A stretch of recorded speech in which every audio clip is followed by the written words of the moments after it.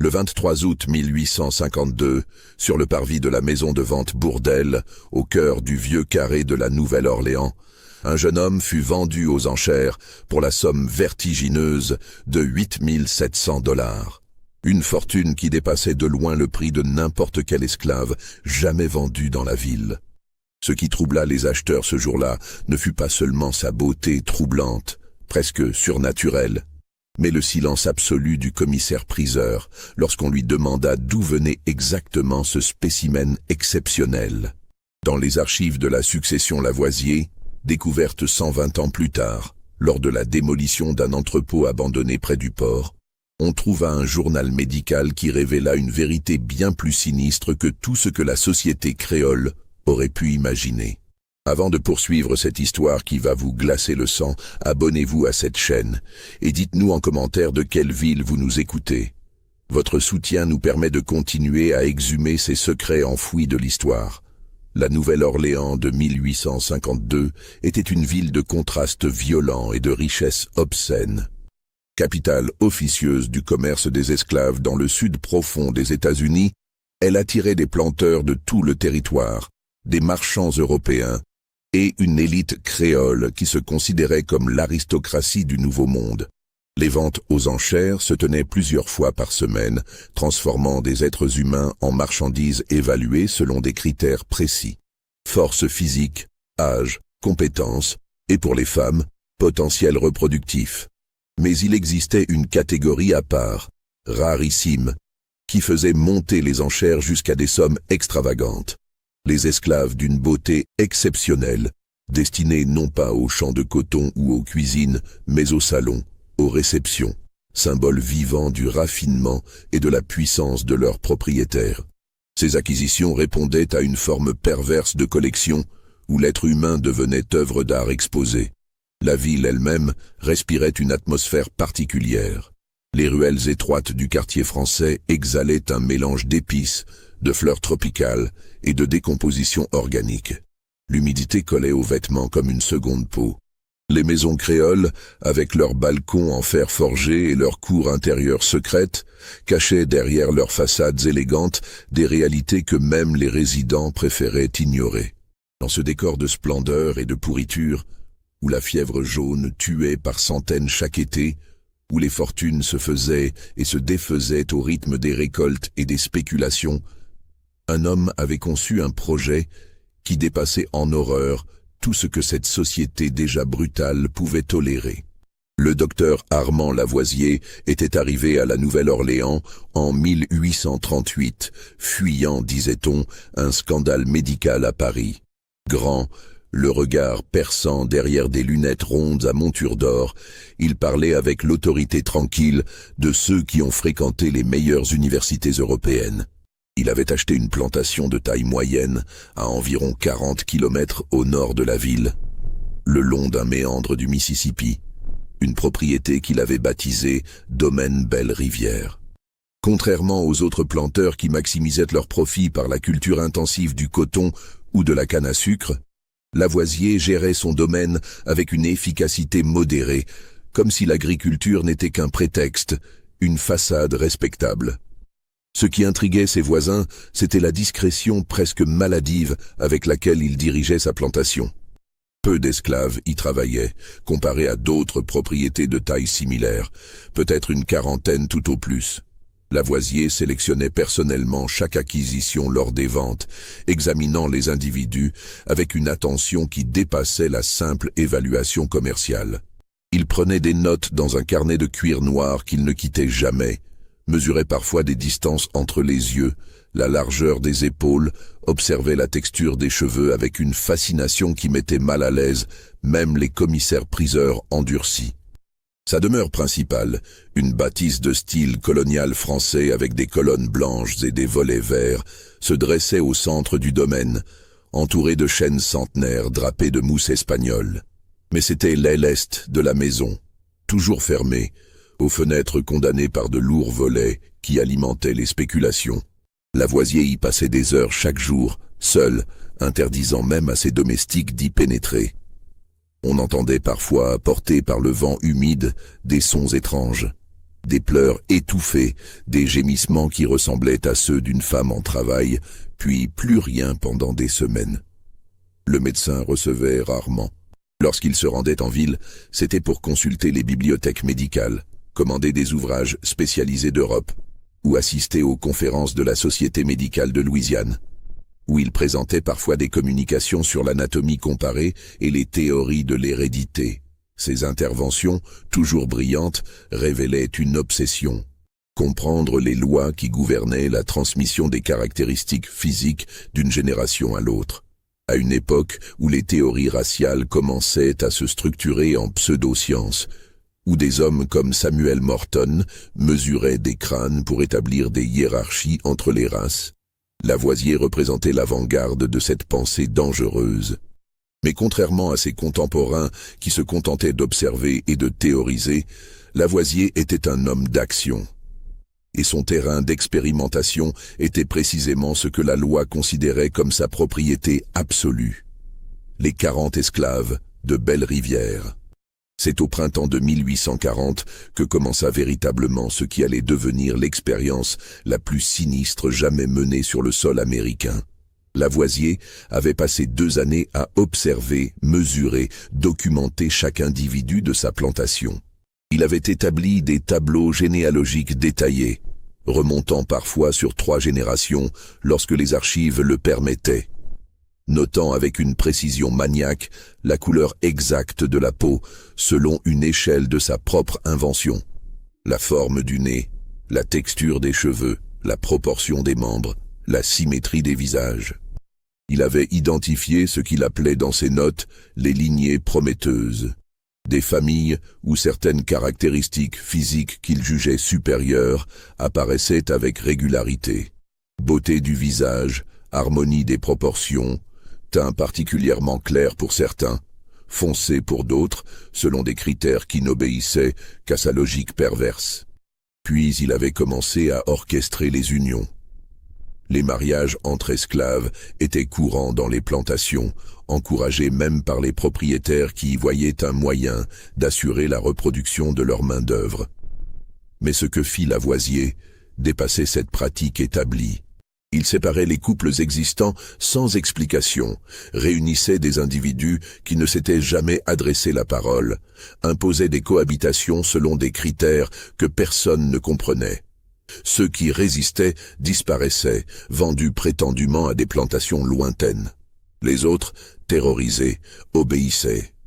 Une femme nommée Céleste, âgée de 22 ans à l'époque, au teint couleur de miel et aux traits d'une finesse remarquable, fut ainsi unie à un homme appelé Baptiste, grand, à la peau d'ébène profond, aux épaules puissantes.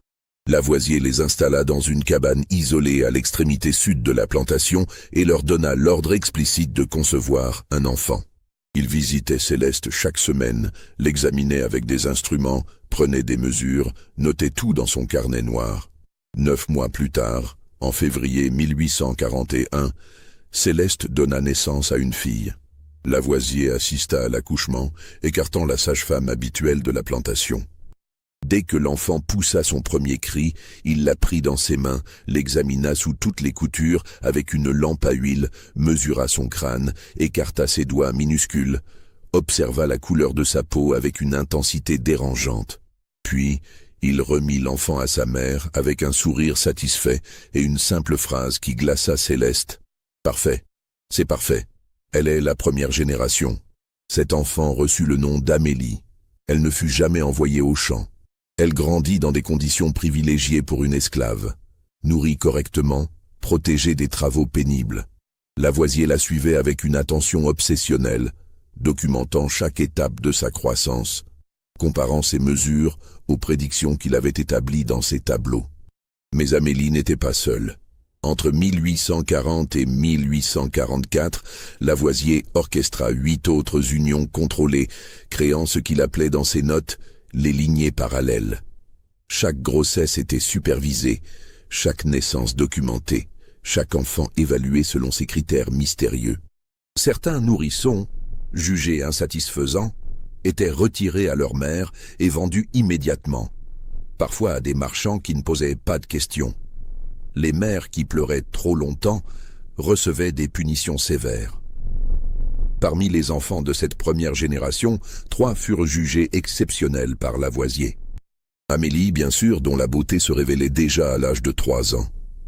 Un garçon nommé Mathieu, né d'une union entre une femme à la peau très claire et un homme aux yeux étonnamment verts, héritage probable d'un ancêtre européen. Et une autre fille, Joséphine, dont les proportions du visage correspondaient exactement aux idéaux géométriques que Lavoisier avait établis dans ses théories. Ces 3 enfants devinrent le cœur de son projet. Il les fit vivre près de la maison principale, leur enseigna lui-même la lecture et l'écriture, chose rare pour des esclaves, leur parlait en français, leur faisait mémoriser de la poésie. Il les exposait à la musique, leur montrait des reproductions de peintures européennes, sculptait leur éducation comme on polit un diamant brut. Les visiteurs occasionnels qui les croisaient s'extasiaient devant ces enfants extraordinaires, si beaux, si raffinés. Lavoisier souriait modestement, acceptait les compliments, mais ne révélait jamais son véritable dessein. Ce dessein ne devint clair qu'en 1848. Lorsqu'Amélie atteignit l'âge de 7 ans. Lavoisier la fit venir dans son bureau de l'aile est, cette partie de la maison où personne n'entrait jamais. Il lui montra des planches anatomiques, des schémas généalogiques, lui expliqua avec un calme terrifiant qu'elle avait été créée dans un but précis, que son père et sa mère avaient été choisis pour leurs caractéristiques spécifiques, que chaque aspect de son être résultait d'une sélection minutieuse, et que bientôt, lorsqu'elle serait en âge, elle devrait à son tour participer à la prochaine étape de l'expérience. Amélie avait 7 ans. Elle comprit ce jour-là qu'elle n'était pas un être humain aux yeux de cet homme.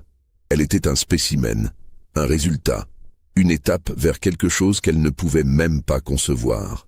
Les années qui suivirent transformèrent le domaine Belle-Rivière en un lieu hanté par une tension invisible mais omniprésente. Les esclaves qui y travaillaient avaient compris, avec cet instinct de survie qui s'aiguise dans l'oppression, que leur plantation n'était pas comme les autres. Ils parlaient peu, travaillaient en silence, évitaient de croiser le regard du maître. Certains murmuraient dans les cabanes, la nuit, que Lavoisier n'était pas un homme, mais un démon. D'autres, plus pragmatiques, disaient simplement qu'il était fou, et que la folie des Blancs était toujours plus dangereuse que leur cruauté ordinaire. Céleste, la mère d'Amélie, avait été séparée de sa fille dès l'âge de 5 ans. Lavoisier estimait que l'attachement maternel pourrait compromettre l'expérience en créant des liens émotionnels trop forts.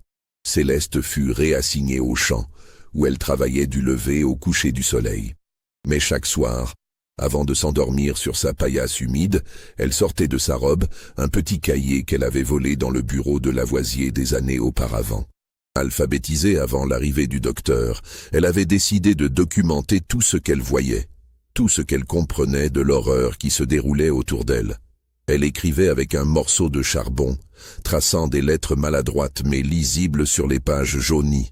Elle notait les dates des naissances, les noms des parents, les caractéristiques des enfants, les unions forcées, les disparitions. Elle décrivait les visites de Lavoisier dans l'aile est, les cris qu'on entendait parfois, les punitions infligées à ceux qui refusaient d'obéir. C'était un témoignage accablant, rédigé dans l'ombre par une femme qui savait qu'elle risquait la mort si son secret était découvert. Pendant ce temps, Amélie grandissait dans une bulle étrange, un univers où elle était simultanément privilégiée et prisonnière. Elle mangeait à la table de Lavoisier, portait des robes de coton fin, dormait dans une vraie chambre avec un lit. Mais elle n'était jamais libre de ses mouvements. Chaque matin, le médecin la mesurait, taille, poids, circonférence crânienne, longueur des membres. Il observait ses dents, examinait sa peau, notait la moindre modification. Il lui posait des questions étranges. Rêvait-elle en couleur? Préférait-elle le sucré ou le salé? Avait-elle peur du noir? Amélie apprit à répondre mécaniquement, à ne rien révéler de ses véritables pensées. Elle avait compris très jeune que toute émotion qu'elle montrait était documentée, analysée, transformée en données pour le projet du docteur. Alors, elle se construisit une façade, un masque de docilité parfaite, derrière lequel elle cachait une intelligence féroce et une rage silencieuse. En 1849, alors qu'Amélie avait 8 ans, Lavoisier commença la deuxième phase de son expérience. Il fit venir sur la plantation un jeune homme acheté lors d'une vente à la Nouvelle-Orléans, un esclave nommé Gabriel, âgé de 16 ans, d'une beauté troublante selon les critères de l'époque. Grand, élancé, aux traits fins, à la peau claire avec des reflets dorés, Gabriel avait été vendu par une famille créole ruinée. Lavoisier l'avait repéré immédiatement, avait surenchéri jusqu'à obtenir son acquisition, puis l'avait ramené à Belle-Rivière. Gabriel fut installé dans une cabane près de la maison principale et reçut le même traitement qu'Amélie. Éducation, nourriture correcte, exemption de travaux pénibles. Mais contrairement à la fillette, Gabriel avait connu autre chose avant Belle-Rivière. Il avait grandi dans une famille créole relativement libérale, avait appris le violon, savait lire couramment. L'arrivée dans cette plantation étrange le déstabilisa profondément. Lavoisier lui expliqua son rôle avec une froideur clinique. Gabriel était le père désigné de la 3e génération. Dans quelques années, lorsqu'Amélie atteindrait l'âge approprié, ils seraient unis et devraient concevoir un enfant. Cet enfant, fruit de 2 générations de sélection minutieuse, représenterait l'aboutissement du projet de Lavoisier. La preuve vivante qu'on pouvait, par une sélection contrôlée, créer un être humain d'une beauté et d'une perfection physique absolue. Gabriel, horrifié, tenta de s'enfuir 2 semaines après son arrivée. Il fut rattrapé par les contremaîtres avant d'avoir parcouru 5 kilomètres. Lavoisier ne le fit pas fouetter, contrairement à la pratique habituelle. Au lieu de cela, il l'enferma pendant 3 jours dans une cellule de l'aile est, une pièce minuscule sans fenêtre, dans le noir total. Lorsque Gabriel en ressortit, il ne tenta plus jamais de fuir. Quelque chose en lui s'était brisé. Les années passèrent dans cette atmosphère oppressante. Amélie et Gabriel se croisaient parfois, échangeaient des regards chargés d'une compréhension mutuelle terrible. Ils savaient tous deux ce qui les attendait. Ils savaient qu'ils étaient des instruments dans une expérience qui les dépassait, et ils ne pouvaient rien faire. En 1851, Amélie eut 10 ans. Lavoisier jugea que le moment approchait. Il intensifia ses observations, multiplia les mesures, compara ses résultats aux prédictions établies des années auparavant. Selon ses notes, retrouvées 1 siècle plus tard, Amélie correspondait à 97% de ses attentes. Un succès extraordinaire. Gabriel, de son côté, présentait les caractéristiques génétiques idéales pour la phase suivante. Mais Céleste, enfermée dans son silence et son travail épuisant, continuait d'écrire. Son cahier devenait plus épais, rempli de pages volées, de fragments de papier, de morceaux de tissu sur lesquels elle griffonnait des notes. Elle documentait tout, espérant confusément qu'un jour, quelqu'un découvrirait ses écrits et comprendrait l'horreur qui s'était déroulée à Belle-Rivière. Ce que vous êtes en train d'entendre vous glace-t-il le sang? Mettez un like à cette vidéo et dites-nous en commentaire ce que vous pensez qu'il va arriver à Amélie et Gabriel. Votre engagement nous aide à continuer à révéler ces histoires oubliées. Au début de l'année 1852, une série d'événements vint perturber le plan soigneusement orchestré de Lavoisier. La première fut l'arrivée impromptue d'un visiteur à Belle-Rivière, un fait rare qui mit le médecin dans un état d'agitation inhabituel. Le visiteur était un certain docteur Édouard Fontaine, membre éminent de la Société médicale de Louisiane et professeur à la Nouvelle École de médecine de la Nouvelle-Orléans. Fontaine et Lavoisier entretenaient une correspondance depuis plusieurs années sur des sujets d'anatomie comparée et de théories héréditaires. Mais jamais Fontaine n'avait exprimé le désir de visiter la plantation de son collègue. Cette visite soudaine, annoncée seulement 2 jours à l'avance par un message laconique, cachait quelque chose. Fontaine arriva un matin de mars, dans une élégante calèche tirée par 2 chevaux. C'était un homme dans la cinquantaine, corpulent, au visage rougeau encadré de favoris grisonnants. Il salua Lavoisier avec une cordialité de façade, mais ses yeux scrutaient déjà les environs avec une curiosité intense. « Mon cher Armand, » dit-il en descendant de voiture, « votre réputation de chercheur méticuleux m'intrigue depuis trop longtemps. J'ai pris la liberté de m'inviter pour voir de mes propres yeux cette plantation dont vous parlez avec tant de discrétion. » Lavoisier, habituellement maître de lui-même, sembla hésiter une fraction de seconde avant de répondre. « Édouard, c'est un honneur, bien sûr, mais je crains que ma modeste propriété ne soit guère digne de votre attention. Nous cultivons du coton et un peu de canne. Rien de bien extraordinaire. »« Ah, mais ce n'est pas l'agriculture qui m'intéresse, » répliqua Fontaine avec un sourire qui n'atteignait pas ses yeux. « Ce sont vos recherches. Vos communications à la société ont toujours cette qualité particulière, cette précision dans les détails qui suggère des observations directes, prolongées. Je me demandais simplement, quel est votre terrain d'étude exact ? » Ce fut un duel verbal subtil qui se déroula pendant les heures suivantes. Lavoisier fit visiter les parties communes de la plantation, les champs, les cabanes des esclaves, la sucrerie. Fontaine posait des questions apparemment anodines, mais dont Lavoisier percevait le piège. Combien d'esclaves exactement? Depuis quand les aviez-vous acquis?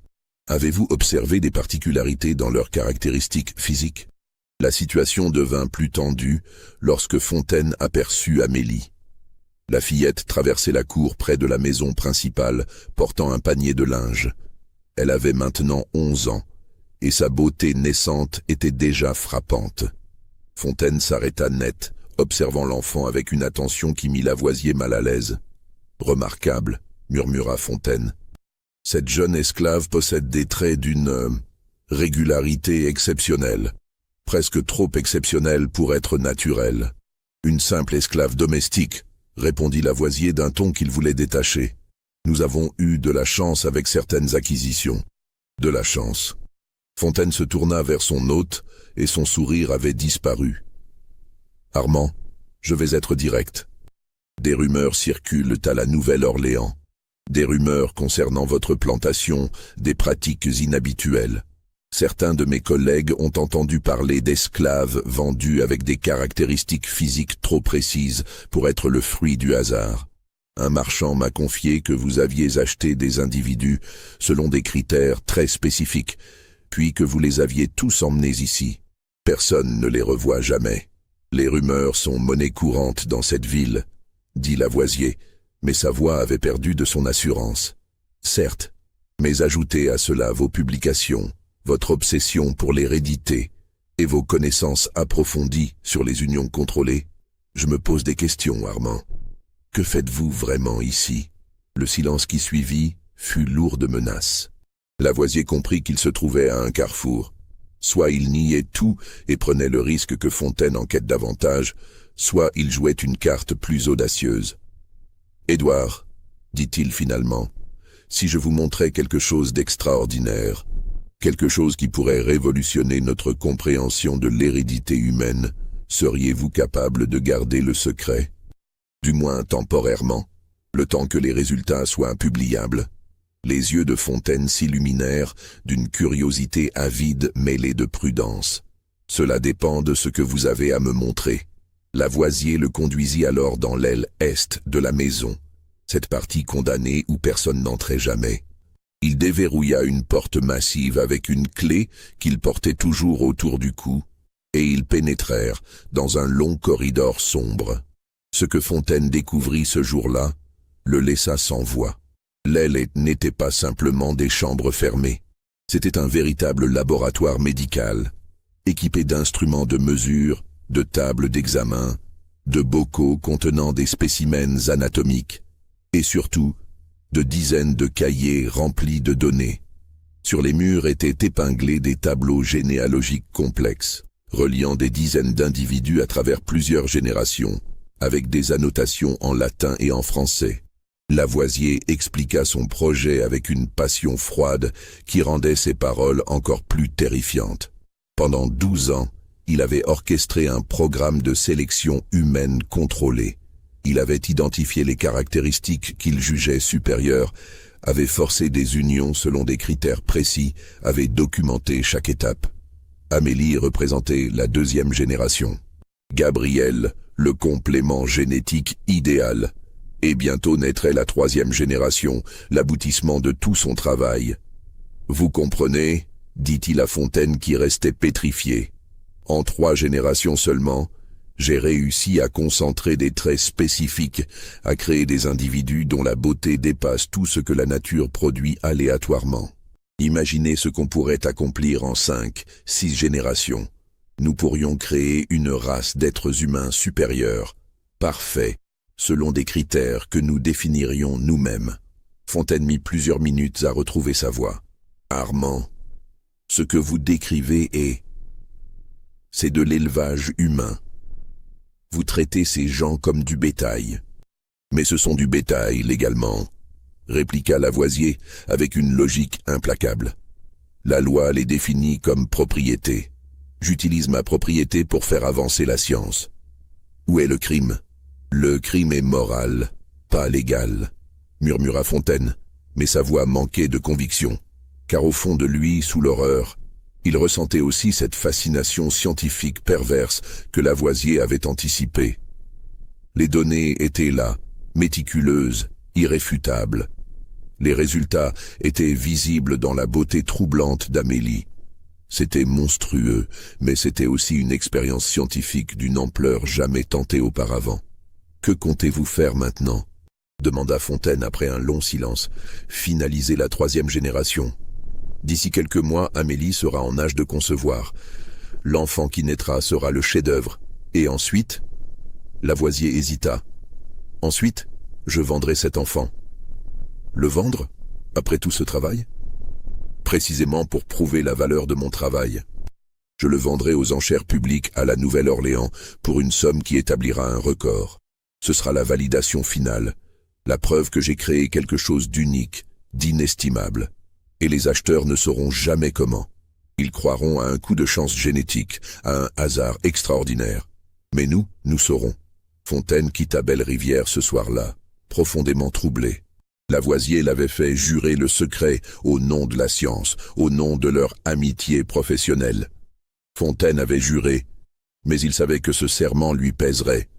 Dans sa calèche qui le ramenait vers la Nouvelle-Orléans, à travers la nuit moite de Louisiane, il se demanda s'il venait de devenir complice de quelque chose d'innommable. Les semaines qui suivirent la visite de Fontaine furent marquées par une accélération des événements. Lavoisier, peut-être conscient que son secret était maintenant partagé et donc vulnérable, décida de précipiter la phase finale de son expérience. En avril 1852, il organisa l'union d'Amélie et Gabriel. La cérémonie fut une parodie sinistre de mariage célébrée dans la chapelle privée de Belle-Rivière avec Lavoisier lui-même officiant. Amélie avait 11 ans, Gabriel en avait 19. Aucun des deux n'avait le choix. Ce qui se passa dans les mois suivants, Céleste l'apprit par fragments, par des confidences murmurées, par ce qu'elle observait de loin. Amélie fut installée dans une chambre spéciale de l'aile Est avec Gabriel. Lavoisier les visitait quotidiennement, supervisait tout, leur donnait des instructions précises. Il voulait s'assurer que la conception se produirait dans les meilleures conditions possibles, selon ses calculs. Amélie devint enceinte en juin. Lavoisier était extatique. Il doubla ses observations, nota chaque modification physique de la jeune fille, ajusta son alimentation, lui fit prendre des toniques de sa composition. Gabriel, lui, sombrait dans une dépression profonde. Il parlait peu, mangeait à peine, passait des heures à regarder par la fenêtre de sa chambre, vers les champs de coton qui s'étendaient à l'infini. Un soir de juillet, il confia à Amélie, dans un murmure à peine audible, « Je suis désolé, pour tout, je ne voulais pas. »« Ce n'est pas ta faute, » répondit Amélie. Sa voix était devenue étrangement plate, vidée d'émotion. « Rien de tout cela n'est notre faute. Nous sommes juste des pièces dans son jeu. Qu'est-ce qui va arriver au bébé ? Il va le vendre. Il me l'a dit. Il dit que ce sera le plus bel enfant jamais né, et qu'il le vendra pour une fortune, pour prouver qu'il avait raison depuis le début. » Gabriel pleura cette nuit-là, silencieusement, pour ne pas alerter Lavoisier. Amélie ne pleura pas. Elle avait dépassé les larmes depuis longtemps. Pendant ce temps, à la Nouvelle-Orléans, Fontaine était rongé par ce qu'il avait vu. Il ne tenait pas en place, dormait mal, sursautait au moindre bruit. L'horreur de l'expérience de Lavoisier le poursuivait, mais aussi cette fascination scientifique qu'il ne pouvait nier. Les données étaient là. Les résultats étaient indéniables. N'était-ce pas là le propre de la science, repousser les limites de la connaissance, même dans des territoires moralement ambigus? Mais il y avait autre chose qui le troublait. Pendant sa visite à Belle-Rivière, il avait vu dans les yeux d'Amélie quelque chose qui l'avait hanté depuis, une intelligence aiguë, une conscience pleine et entière de ce qui lui était fait. Ce n'était pas une simple esclave docile. C'était une jeune fille qui comprenait parfaitement l'horreur de sa situation et qui, pourtant, continuait à survivre. Cette résilience terrifiante était peut-être plus troublante que l'expérience elle-même. Fin août, Fontaine prit une décision. Il ne pouvait pas dénoncer Lavoisier aux autorités. Légalement, le médecin n'avait rien fait de répréhensible puisque les esclaves étaient sa propriété. Mais il pouvait essayer de saboter le plan final. Si l'enfant n'était jamais vendu publiquement, si le chef-d'œuvre de Lavoisier restait caché, alors l'expérience n'aurait jamais sa validation finale. Il envoya un message codé à Lavoisier, demandant à le voir de toute urgence. Lorsqu'ils se retrouvèrent dans un café discret du Vieux Carré, Fontaine alla droit au but. « Armand, vous ne pouvez pas vendre cet enfant. Les implications sont trop dangereuses. Si quelqu'un découvre la vérité, si l'histoire se répand, personne ne découvrira rien, » l'interrompit Lavoisier avec calme. L'enfant sera vendu comme un esclave ordinaire, certes exceptionnel, mais ordinaire dans ses origines supposées. Personne ne fera le lien. Et si quelqu'un enquête, si on remonte la lignée, les documents seront falsifiés. J'ai déjà tout prévu. L'enfant aura des papiers indiquant une origine différente, une plantation fictive. Les traces seront effacées. Fontaine réalisa qu'il ne pourrait pas dissuader Lavoisier. L'obsession du médecin avait franchi un point de non-retour. Il essaya une autre approche. Et Amélie? Que deviendra-t-elle après l'accouchement? Elle restera à Belle-Rivière. Peut-être qu'elle pourra servir à une future expérience si je décide de poursuivre les recherches. Et si elle parle, si elle raconte ce qui s'est passé? Lavoisier eut un sourire froid. Qui croirait une esclave? Sa parole ne vaut rien légalement. Et puis, elle sait ce qui arrive à ceux qui parlent trop. Ce fut à ce moment que Fontaine comprit qu'il n'y avait plus d'humanité en Lavoisier. L'homme était devenu prisonnier de son expérience, consumé par le besoin de valider ses théories à tout prix. Toute considération morale avait été brûlée dans le feu de son obsession scientifique. Le 20 août 1852, par une nuit étouffante où l'humidité rendait l'air presque palpable, Amélie entra en travail. Lavoisier était à ses côtés, refusant la présence d'une sage-femme, voulant contrôler chaque aspect de cette naissance qu'il avait orchestrée depuis 12 ans. La chambre où se déroulait l'accouchement se trouvait au cœur de l'aile est, cette partie de la maison que personne d'autre que Lavoisier n'avait jamais vue dans son entièreté. Les murs étaient tapissés de tableaux anatomiques, de schémas généalogiques annotés, de mesures compilées sur des années. Une unique lampe à huile projetait des ombres dansantes sur ces documents qui témoignaient de l'obsession d'un homme. Amélie était allongée sur un lit médicalisé que Lavoisier avait fait construire spécialement avec des sangles de cuir aux 4 coins pour immobiliser les patientes récalcitrantes. Mais il n'avait pas eu besoin de les utiliser avec elle. Amélie ne luttait pas. Elle avait dépassé depuis longtemps le stade de la résistance. Son corps accomplissait mécaniquement ce qu'on attendait de lui, tandis que son esprit se retirait dans un lieu que Lavoisier ne pourrait jamais atteindre. Les contractions commencèrent en fin d'après-midi, légères d'abord, puis de plus en plus intenses à mesure que la nuit tombait. Lavoisier avait installé une table d'instruments à côté du lit, forceps, scalpel, compresse, solution désinfectante, tout l'attirail d'un accouchement médicalisé.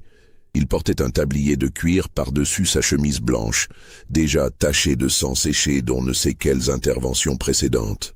Entre chaque contraction, Il prenait des notes frénétiques dans un cahier à reliure de cuir rouge, différent du carnet noir habituel.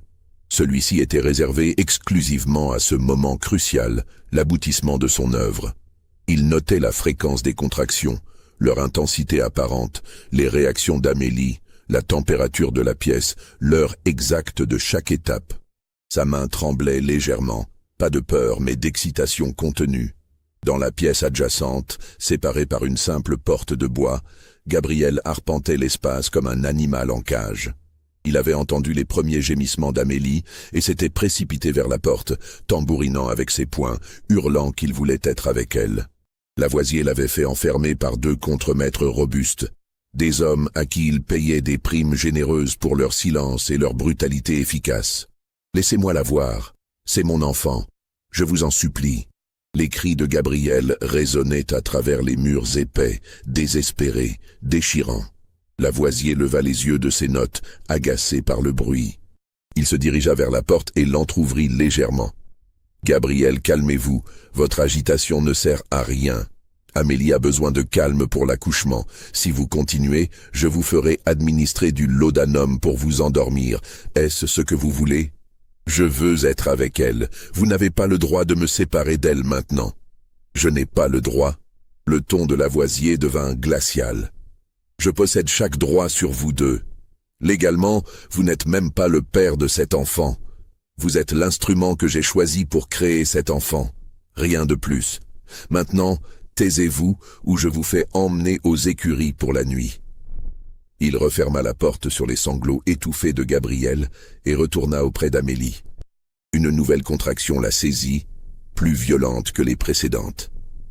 Elle mordit le morceau de cuir que Lavoisier lui avait donné, ses dents s'enfonçant profondément dans le matériau. Des larmes coulaient silencieusement sur ses tempes, disparaissant dans ses cheveux trempés de sueur. « Très bien, » murmura Lavoisier en palpant son ventre avec des mains expertes. « Le travail progresse normalement. Dans quelques heures, ce sera terminé. » Les heures s'écoulèrent avec une lenteur torturante. Minuit passa, puis 1 heure du matin, puis 2 heures. L'intensité des contractions augmentait, mais la dilatation progressait lentement. Lavoisier commençait à montrer des signes d'impatience. Il consultait sa montre de gousset toutes les 15 minutes, fronçant les sourcils devant la durée de l'accouchement. À 3 heures du matin, quelque chose changea dans l'atmosphère de la pièce. Amélie, qui avait gardé un silence stoïque pendant des heures, commença à respirer plus rapidement, de manière saccadée. Ses yeux, qui fixaient le plafond depuis le début du travail, se tournèrent soudain vers Lavoisier avec une intensité brûlante. « Vous ne gagnerez pas », murmura-t-elle entre 2 contractions, sa voix éraillée par l'effort. Lavoisier s'approcha, intrigué. C'était la première fois qu'Amélie lui parlait de son propre chef depuis des mois. « Que voulez-vous dire ? Vous pensez que vous contrôlez tout, que vous avez créé quelque chose de parfait, mais vous ne comprenez pas ce que vous avez vraiment fait. J'ai créé la vie selon des principes scientifiques. J'ai démontré que l'hérédité peut être contrôlée, dirigée, perfectionnée. C'est ma victoire, Amélie. » Elle eut un rire bref, presque hystérique. « Non, vous avez créé un témoin vivant de votre crime. Cet enfant, peu importe où il ira, il portera en lui la preuve de ce que vous avez fait. Son existence même est une accusation. » Lavoisier fronça les sourcils, mal à l'aise. Il n'avait jamais considéré les choses sous cet angle. Pour lui, l'enfant était une preuve de réussite, pas d'accusation. « Vous délirez à cause de la douleur, » dit-il sèchement en retournant à ses instruments. Mais les paroles d'Amélie l'avaient perturbé plus qu'il ne voulait l'admettre. Pour la première fois depuis des années, un doute infime s'insinua dans sa certitude. Et si elle avait raison ? Et si, en créant cet enfant extraordinaire, il avait simultanément créé une preuve impossible à effacer de son expérience ? Il secoua la tête, chassant ses pensées. Non, les documents seraient falsifiés, les traces effacées, les témoins dispersés ou réduits au silence. Personne ne ferait jamais le lien. L'enfant serait vendu comme un prodige de la nature, une chance génétique extraordinaire, Rien de plus. À 4 heures du matin, les contractions atteignirent leur paroxysme. Amélie ne pouvait plus retenir ses cris. Le cuir qu'elle mordait tomba de sa bouche et ses hurlements de douleur emplirent l'aile est, résonnant à travers les couloirs vides. Dans la pièce adjacente, Gabriel tambourinait de nouveau contre la porte, ses propres cris se mêlant à ceux d'Amélie dans une cacophonie de souffrance. Lavoisier, concentré sur l'accouchement, ignora le vacarme. Il voyait maintenant la tête de l'enfant, couronnant lentement. Ses mains, habituellement si stables lors des interventions chirurgicales, tremblaient légèrement alors qu'il guidait la naissance. « Poussez, Amélie.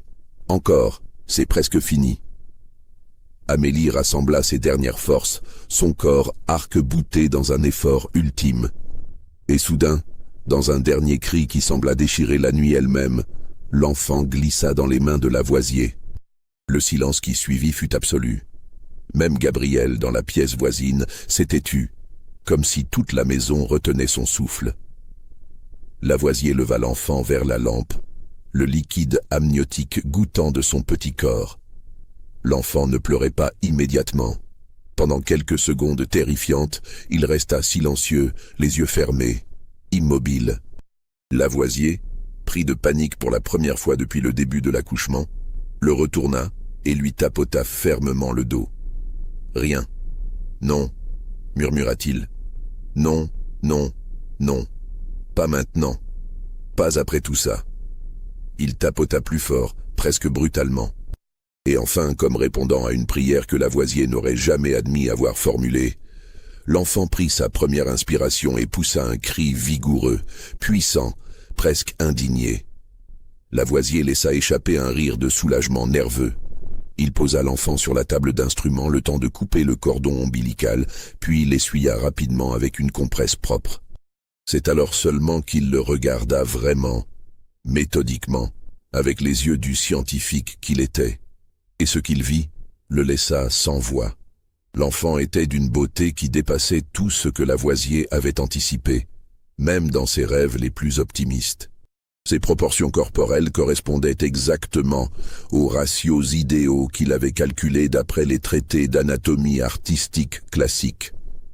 Sa peau possédait cette couleur ambrée lumineuse presque translucide qui captait la lumière de la lampe et semblait l'irradier de l'intérieur.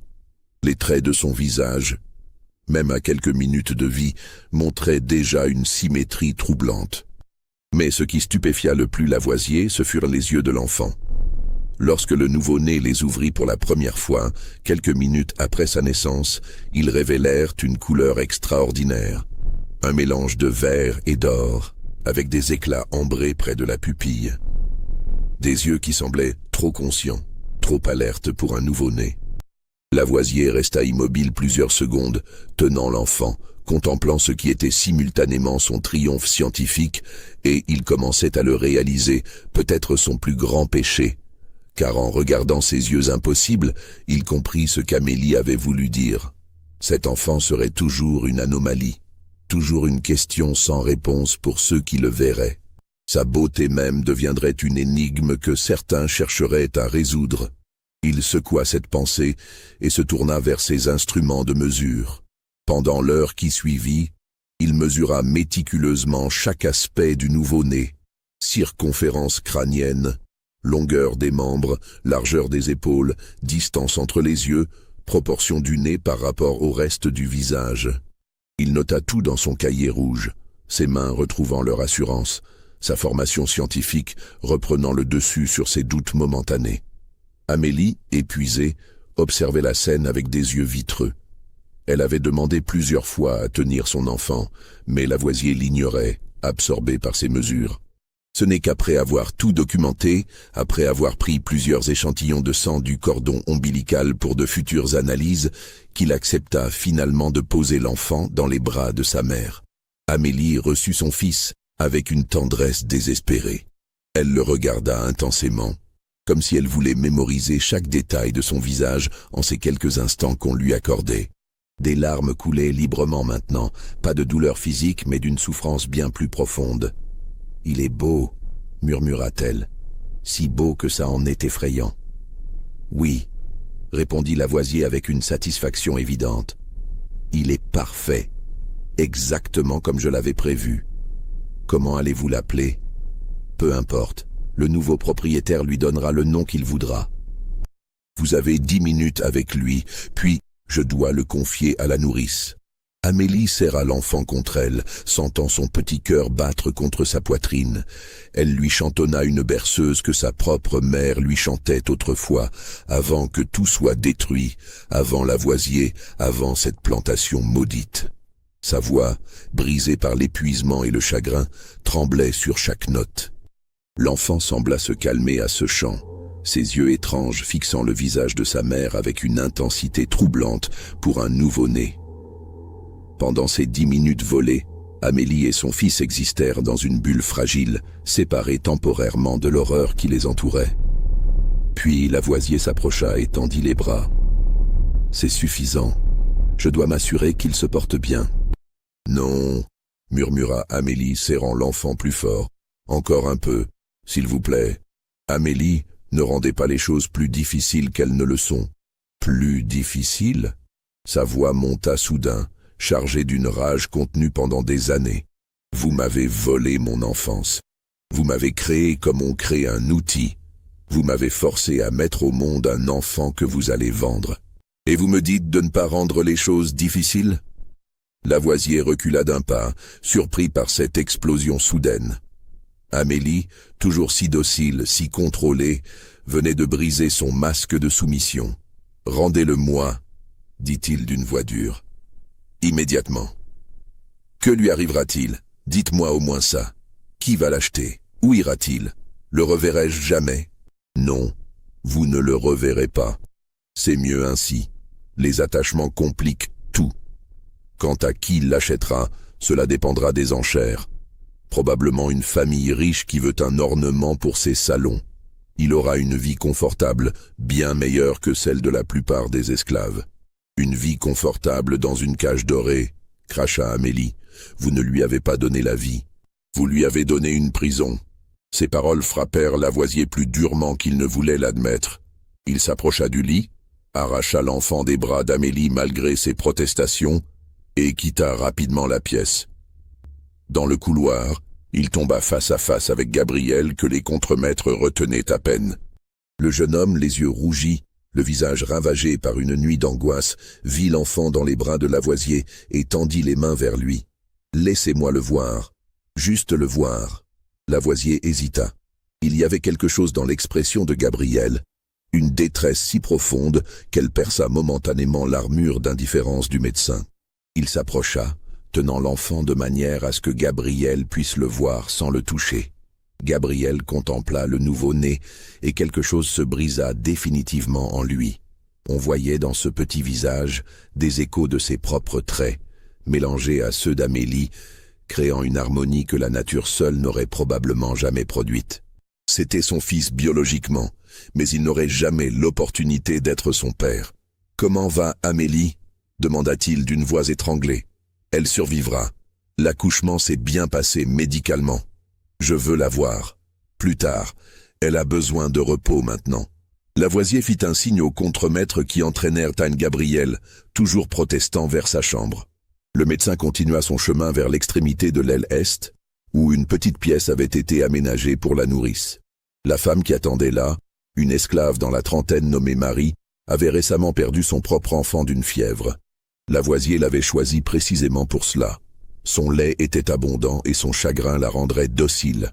Il lui remit le nouveau-né avec des instructions précises sur l'alimentation, les soins et surtout le silence absolu. « Personne ne doit savoir que cet enfant est né ici », dit-il d'un ton qui n'admettait aucune contestation. « Si quelqu'un pose des questions, vous ne savez rien. Vous avez compris ?» Marie hocha la tête, terrorisée, et prit l'enfant avec des gestes délicats. Le bébé, comme s'il sentait le changement, commença à pleurer doucement. Lavoisier quitta la pièce et se dirigea vers son bureau privé. Il était épuisé, mais son travail n'était pas terminé. Il passa les heures suivantes à préparer méticuleusement la suite de son plan. D'abord, il falsifiait les documents d'origine de l'enfant. Il créa une fausse lignée généalogique, situant la naissance dans une plantation inexistante de la paroisse Saint-James. Il inventa des noms pour les parents supposés, s'assurant qu'ils soient suffisamment communs pour être intraçables, mais suffisamment plausibles pour ne pas éveiller de soupçons. Il data les documents de quelques semaines plus tôt, pour expliquer que l'enfant avait déjà quelques jours lors de la vente. Ensuite, il rédigea une lettre pour la maison de vente Bourdelle, annonçant qu'il avait acquis un spécimen exceptionnel qu'il souhaitait mettre aux enchères. Il décrivait l'enfant en termes qui piqueraient la curiosité sans révéler trop de détails. Il suggérait une vente spéciale, organisée rapidement, pour capitaliser sur l'unicité du moment. Enfin, il fit quelque chose qu'il n'avait jamais envisagé de faire auparavant. Il commença à détruire ses notes. Le cahier rouge de l'accouchement, il le conserverait temporairement pour compiler ses données finales. Mais tous les autres documents, tous les tableaux généalogiques épinglés au mur, tous les cahiers accumulés sur 12 ans, il les rassembla méthodiquement. Il alluma un feu dans la grande cheminée de son bureau et commença à brûler page après page. C'était un sacrifice douloureux. Ces notes représentaient des années de travail, d'observations méticuleuses, de calculs précis. Mais elles représentaient aussi la preuve irréfutable de ce qu'il avait fait. Et cette preuve devait disparaître. Alors que les flammes consumaient son œuvre, Lavoisier se permit un moment de mélancolie. Il avait réussi son expérience. Il avait prouvé sa théorie. Mais personne, jamais, ne saurait vraiment ce qu'il avait accompli. L'histoire ne retiendrait pas son nom comme celui d'un pionnier de la génétique. Il resterait un médecin respectable mais obscur de Louisiane, mort sans avoir publié sa découverte majeure. Mais peut-être était-ce le prix à payer. La science avait parfois des coûts que même les scientifiques n'étaient pas prêts à assumer publiquement. Au lever du soleil, alors que les dernières pages se transformaient en cendres, Lavoisier entendit frapper à sa porte. C'était un de ses contremaîtres, l'air inquiet. « Docteur, il y a un problème. L'esclave Céleste, la mère d'Amélie, elle est introuvable. Personne ne l'a vue depuis hier soir. » Lavoisier sentit son sang se glacer. Céleste. Il l'avait presque oubliée dans les événements de la nuit. La femme qui avait trop vu, trop compris. Fouillez la plantation. Chaque cabane, chaque dépendance, chaque coin. Trouvez-la. Mais au fond de lui, Lavoisier savait déjà ce qui s'était passé. Céleste s'était échappée, probablement pendant que toute l'attention était concentrée sur l'accouchement. Et si elle avait emporté ce cahier dont Gabriel avait parlé, si elle avait réussi à le faire sortir de la plantation, il passa la journée dans une anxiété croissante, tandis que ses hommes fouillaient en vain. Céleste avait disparu sans laisser de traces. Les chiens ne trouvèrent aucune piste, c'était comme si elle s'était évaporée. Ce n'est qu'en fin d'après-midi qu'un des esclaves, sous la menace de punition, admit à contre-cœur qu'il avait vu Céleste la veille au soir, parlant avec un esclave itinérant qui passait parfois par la plantation pour vendre des herbes médicinales. Cet homme avait des connexions avec les réseaux clandestins du Sud, les routes secrètes qu'utilisaient les esclaves fugitifs. Lavoisier comprit alors. Céleste n'avait pas fui pour elle-même. Elle avait profité du chaos de l'accouchement pour faire sortir quelque chose de la plantation. Quelque chose qui pourrait, un jour, témoigner de ce qui s'était passé ici. Il envoya immédiatement des hommes dans toutes les directions, offrant des récompenses pour toute information sur Céleste. Mais il savait que c'était probablement trop tard. Si elle avait vraiment réussi à contacter le réseau clandestin, elle était déjà loin ou cachée dans un endroit où il ne pourrait jamais la retrouver. Cette nuit-là, incapable de dormir, Lavoisier prit une décision. Il ne pouvait pas attendre. Il devait vendre l'enfant immédiatement, avant que quoi que ce soit d'autre ne puisse mal tourner. Il rédigea un message urgent pour la maison Bourdelle, leur annonçant qu'il arriverait dans 2 jours avec un spécimen exceptionnel pour une vente immédiate. Le lendemain matin, il fit venir Amélie et Gabriel dans son bureau. Ils se tenaient devant lui, épuisés, brisés, mais avec encore une lueur de défi dans les yeux. « Je vais vous séparer », annonça-t-il sans préambule. « Amélie, vous serez vendue à une plantation de la paroisse Ascension. Gabriel, vous irez dans le comté de Lafayette. Vous ne vous reverrez jamais. C'est mieux ainsi. »« Où est notre enfant ?» demanda Amélie, sa voix tremblante mais déterminée. Ce n'est pas votre enfant. C'est le mien, légalement et scientifiquement. Et il sera vendu à la Nouvelle-Orléans dans 3 jours. Gabriel fit un pas en avant, les poings serrés. Vous ne pouvez pas faire ça. Vous ne pouvez pas détruire des vies comme ça et prétendre que c'est de la science. Je peux faire exactement ce que je veux. La loi me donne ce droit. Et l'histoire me donnera raison. Lavoisier marqua une pause, puis ajouta avec une cruauté calculée.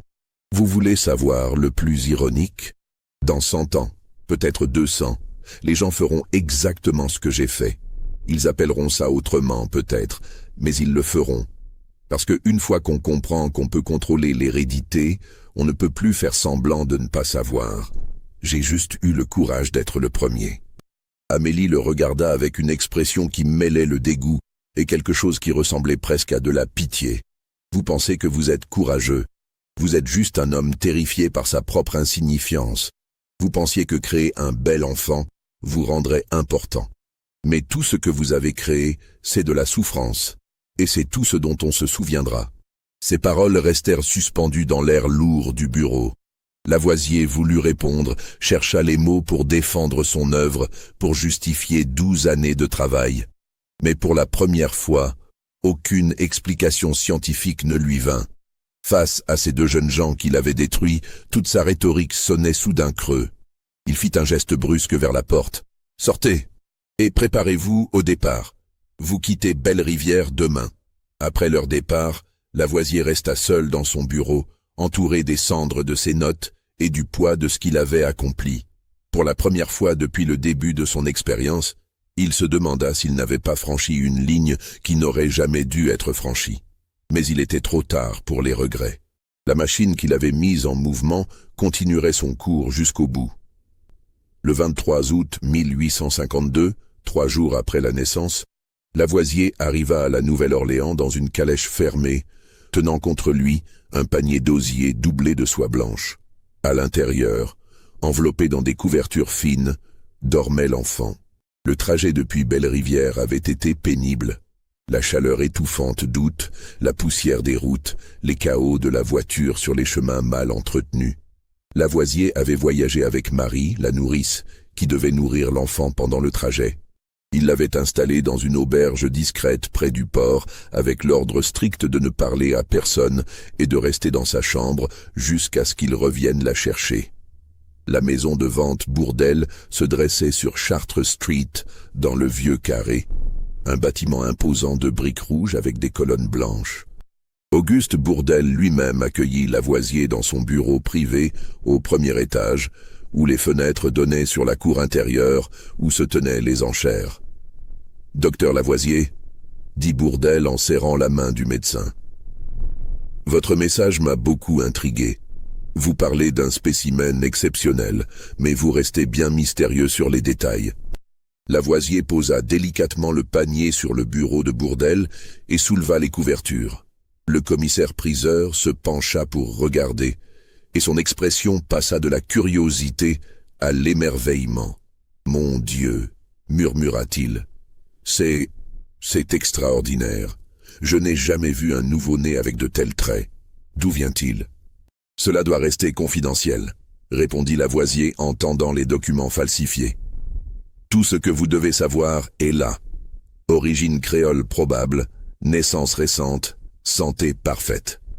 Le reste n'a pas d'importance. » Bourdelle parcourut les papiers avec l'œil expert d'un homme qui avait traité des milliers de transactions similaires.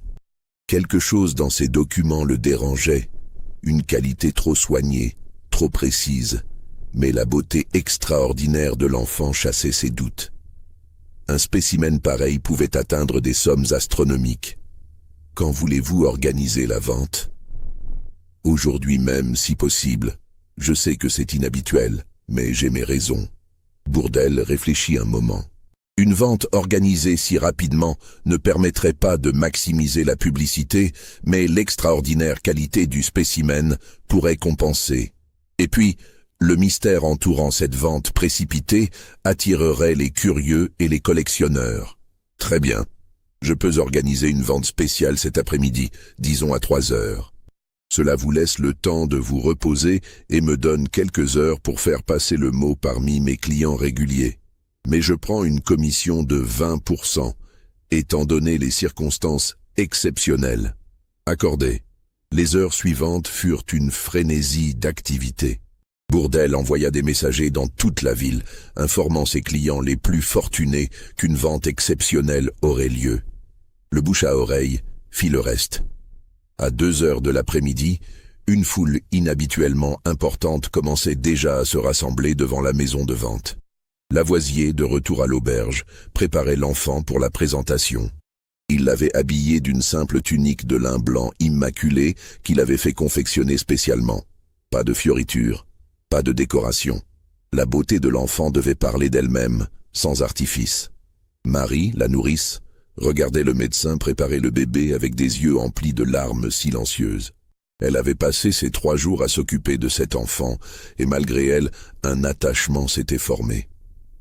Cet enfant lui rappelait celui qu'elle avait perdu, et elle savait qu'après aujourd'hui, elle ne le reverrait jamais. « Docteur, osa-t-elle murmurer, est-ce qu'il aura une bonne vie ?»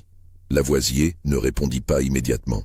Il termina d'ajuster la tunique, vérifia que l'enfant était propre et présentable, puis il dit, presque pour lui-même, « Il aura la vie que son apparence lui permettra d'avoir, ni pire ni meilleure. » À 3 heures précises, le parvis de la maison Bourdelle était bondé.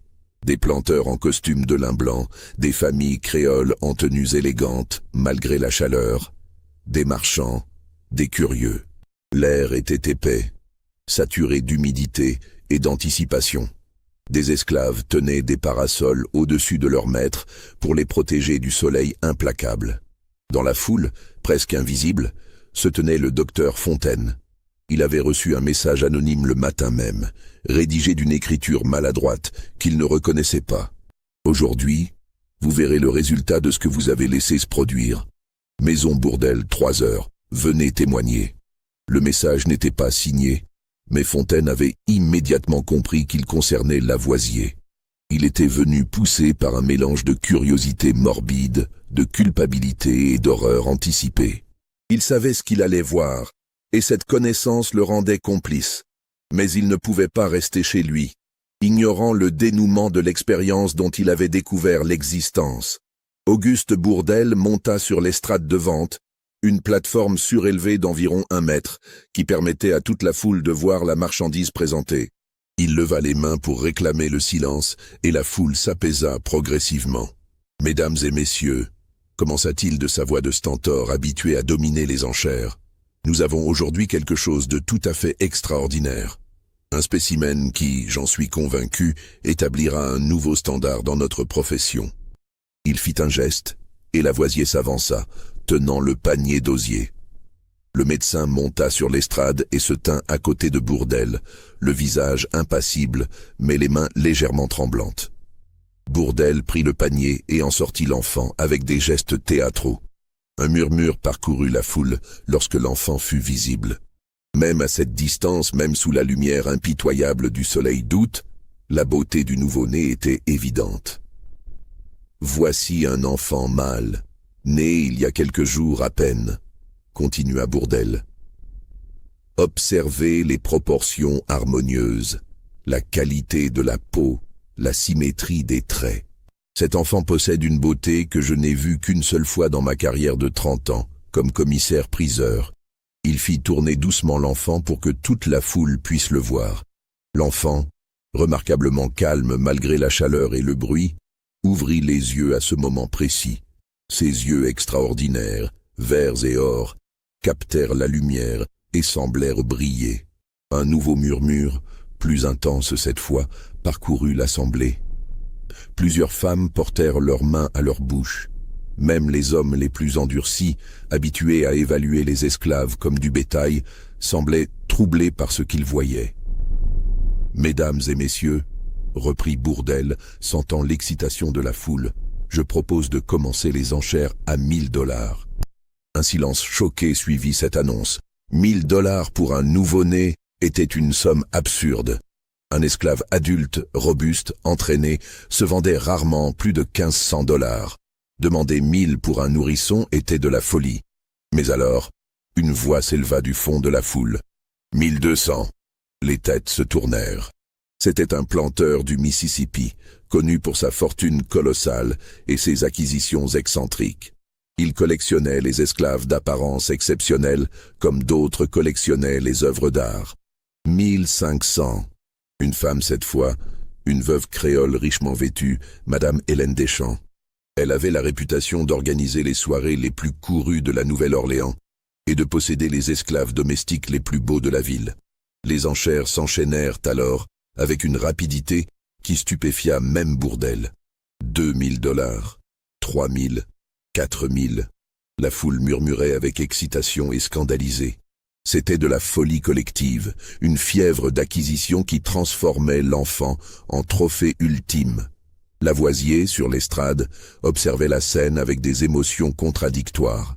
C'était exactement ce qu'il avait voulu, la validation suprême de son expérience, la preuve que son travail avait créé quelque chose d'une valeur inestimable. Mais simultanément, il ressentait un malaise croissant. Ces gens ne voyaient pas un enfant. Ils voyaient un objet, une curiosité, un ornement vivant. Exactement ce qu'Amélie avait dit. Une prison dorée. À 5000 $, seuls 4 acheteurs restaient en lice. À 6000, il n'était plus que 2. Le planteur du Mississippi et Madame Deschamps. 7000 $, cria le planteur, sa voix trahissant une détermination féroce. Madame Deschamps hésita. C'était une somme astronomique, plus que ce qu'elle avait jamais dépensé pour un seul esclave. Mais elle regarda de nouveau l'enfant. Ses yeux impossibles, cette beauté qui défiait toute logique, et elle prit sa décision. 8000 $. Le planteur, visible bouleversé, ouvrit la bouche pour surenchérir, puis la referma. Même pour lui, 8000 $ pour un nouveau-né dépassait les limites de la raison. Il secoua la tête et se retira de la compétition. 8000 $, une fois, clama Bourdelle, sa voix vibrante d'excitation. 8000 $, 2 fois. Il leva son marteau, prêt à conclure la vente. Dans la foule, Fontaine ferma les yeux, incapable de regarder ce moment final. Quelque part dans cette ville, pensait-il, Amélie et Gabriel existaient encore, ignorant peut-être que leur enfant était en train d'être vendu pour une fortune qui aurait pu acheter une petite plantation.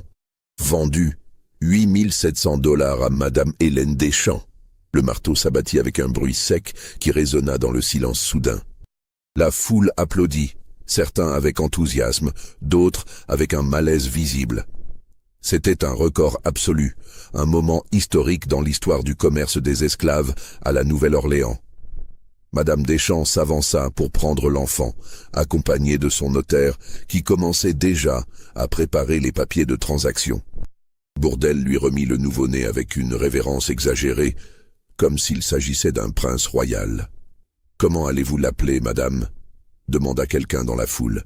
La veuve regarda l'enfant dans ses bras, ses yeux verts et or fixant son nouveau visage avec cette intensité troublante. « Aurélien, » dit-elle après un moment de réflexion. « Il s'appellera Aurélien, un nom doré pour un enfant qui brille comme l'or. » La foule approuva ce choix, trouvant le nom approprié. Les formalités furent rapidement complétées. Madame Deschamps paya la somme en plusieurs traites bancaires, récupéra les documents falsifiés attestant de l'origine de l'enfant, et repartit dans sa calèche luxueuse avec son acquisition extraordinaire. Lavoisier, de son côté, empochait la plus grosse somme qu'il ait jamais reçue en une seule transaction. Moins la commission de Bourdelle, il repartait avec près de 7000 $, une fortune considérable.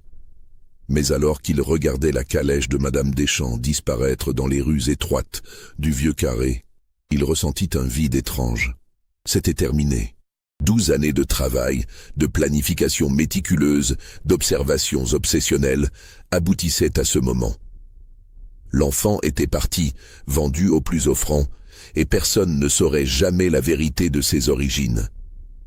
Les documents étaient falsifiés, les témoins dispersés, les notes détruites. L'expérience était complète et simultanément effacée de l'histoire. Fontaine s'approcha de Lavoisier alors que ce dernier descendait de l'estrade. « Armand, nous devons parler, maintenant. » Ils se retirèrent dans un café discret à quelques rues de là, un établissement où les créoles aisés venaient boire du café et discuter affaires. Ils s'installèrent dans un coin isolé, loin des oreilles indiscrètes. « J'ai reçu un document ce matin », commença Fontaine sans préambule. « Un cahier, écrit par une femme nommée Céleste. Elle décrit en détail tout ce que vous avez fait pendant 12 ans. » Lavoisier pâlit légèrement, mais garda son calme. « Où est ce cahier maintenant ? En sécurité et des copies ont été faites. » C'était toujours un mensonge. Fontaine n'avait fait aucune copie, terrifié à l'idée de ce que ce document représentait. Mais il fallait que Lavoisier croie qu'il ne pouvait pas simplement éliminer la preuve. « Édouard, réfléchissez bien à ce que vous êtes en train de faire. Si vous révélez ce document, vous vous impliquez vous-même. Vous êtes venu à ma plantation. Vous avez vu mon laboratoire. Vous savez ce que je faisais. Votre silence vous rend complice. »« Je sais, » répondit Fontaine, sa voix chargée d'amertume. « Croyez-moi, je sais. C'est ce qui me ronge depuis des mois. Mais je ne peux pas laisser cela se poursuivre. » « Se poursuivre ? Mais c'est déjà terminé. L'enfant est vendu. L'expérience est complète. Je ne compte pas recommencer. Que voulez-vous de plus ? Je veux que vous libériez Amélie et Gabriel, que vous leur donniez les papiers d'affranchissement. C'est le minimum que vous puissiez faire. » Lavoisier rit amèrement. « Les libérer ? Pour qu'ils racontent leur histoire, pour qu'ils recherchent l'enfant. Vous êtes naïf, Édouard. Alors vendez-les à des plantations lointaines, différentes, où ils ne pourront jamais se retrouver. Mais donnez-leur au moins la vie. Ils ont assez souffert. » Les deux hommes se fixèrent longuement. Finalement, Lavoisier soupira. « Très bien, je les vendrai. Des plantations différentes, comme vous dites. Gabriel ira dans le nord de la Louisiane, Amélie dans le sud. Ils ne se reverront jamais, et ils n'approcheront jamais de la Nouvelle-Orléans. Satisfait. Et le cahier ? Qu'allez-vous en faire ? Gardez-le. Cachez-le. Faites-en ce que vous voulez. Mais souvenez-vous, sans les documents originaux que j'ai détruits, sans preuves tangibles, ce n'est que la parole d'une esclave. Personne ne la croira contre moi. Peut-être. Mais un jour, peut-être dans 100 ans, peut-être plus, quelqu'un trouvera ce cahier. Et ils comprendront ce qui s'est vraiment passé ici. » Lavoisier se leva pour partir, puis se retourna une dernière fois vers Fontaine. « Vous savez ce qui est ironique, Édouard. J'avais raison. Mon expérience a fonctionné. J'ai prouvé qu'on peut contrôler l'hérédité, créer des caractéristiques spécifiques par sélection. C'est une vérité scientifique, peu importe les moyens que j'ai utilisés pour la démontrer. Et un jour, quand l'humanité sera prête, on reprendra ses recherches. Peut-être avec plus d'éthique, peut-être pas. Mais on les reprendra, parce que maintenant on sait que c'est possible. » Il quitta le café, laissant Fontaine seul avec le cahier de Céleste et le poids écrasant de la complicité. Les semaines qui suivirent virent la dispersion finale des témoins de l'expérience de Lavoisier. Amélie fut vendue à une plantation de la paroisse Terrebonne, près des bayous du sud de la Louisiane. Elle y vécut pendant 17 ans, ne parlant jamais de son passé, travaillant silencieusement dans les champs de canne à sucre. Elle mourut en 1869 à l'âge de 28 ans d'une infection pulmonaire. Dans ses affaires, on ne trouva rien qui puisse indiquer l'horreur qu'elle avait vécue à Belle-Rivière. Gabriel fut envoyé dans une plantation près de Shreveport, dans le nord-ouest de la Louisiane. Il tenta de s'échapper 3 fois, fut rattrapé à chaque fois, battu sévèrement.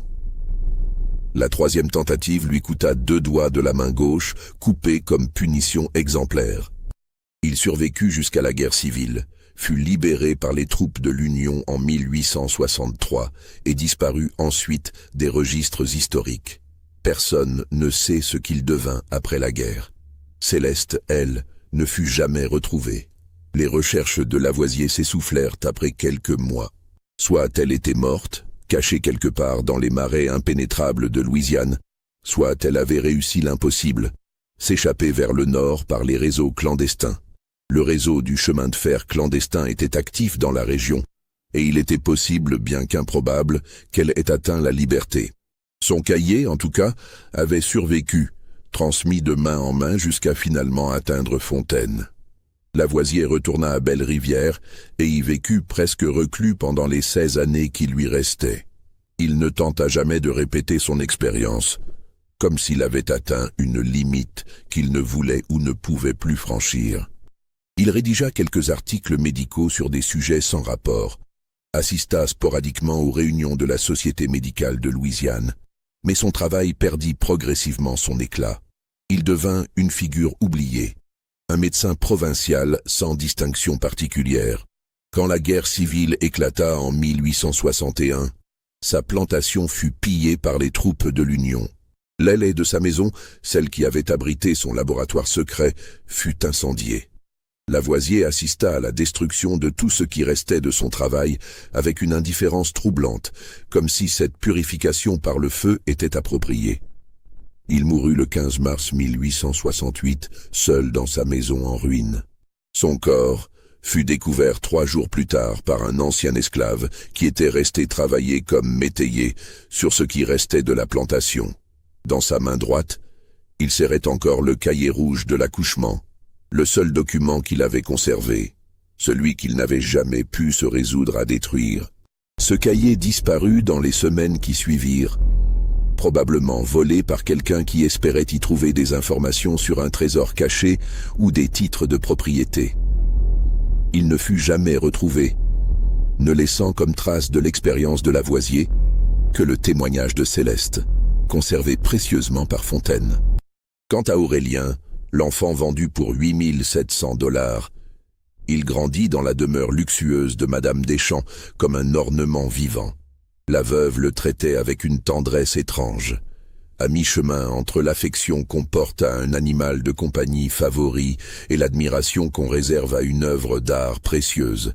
Il apprit le français, le piano, la poésie. Il était exhibé lors des réceptions, où les invités s'extasiaient devant sa beauté qui, loin de s'atténuer avec l'âge, ne faisait que s'intensifier. Mais Aurélien grandissait avec la conscience aiguë qu'il n'était pas une personne. Il était une possession, une curiosité, un spécimen exceptionnel. Madame Deschamps lui rappelait régulièrement combien elle avait payé pour lui, comme si ce prix définissait sa valeur et son identité. En 1860, Madame Deschamps mourut subitement d'une attaque. Dans son testament, elle ne mentionnait pas Aurélien.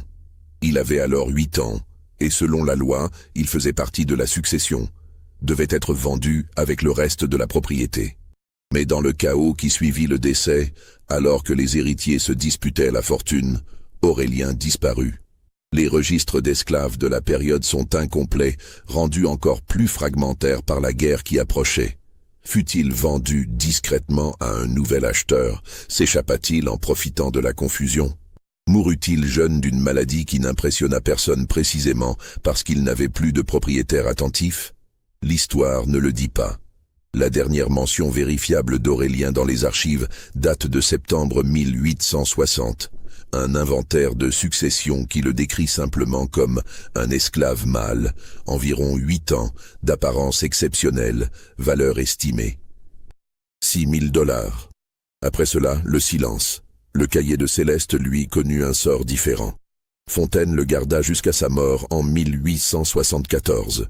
Dans ses dernières volontés, il légua tous ses papiers personnels à la Société médicale de Louisiane, avec une note manuscrite demandant que certains documents sensibles soient conservés sans être rendus publics pendant au moins 50 ans.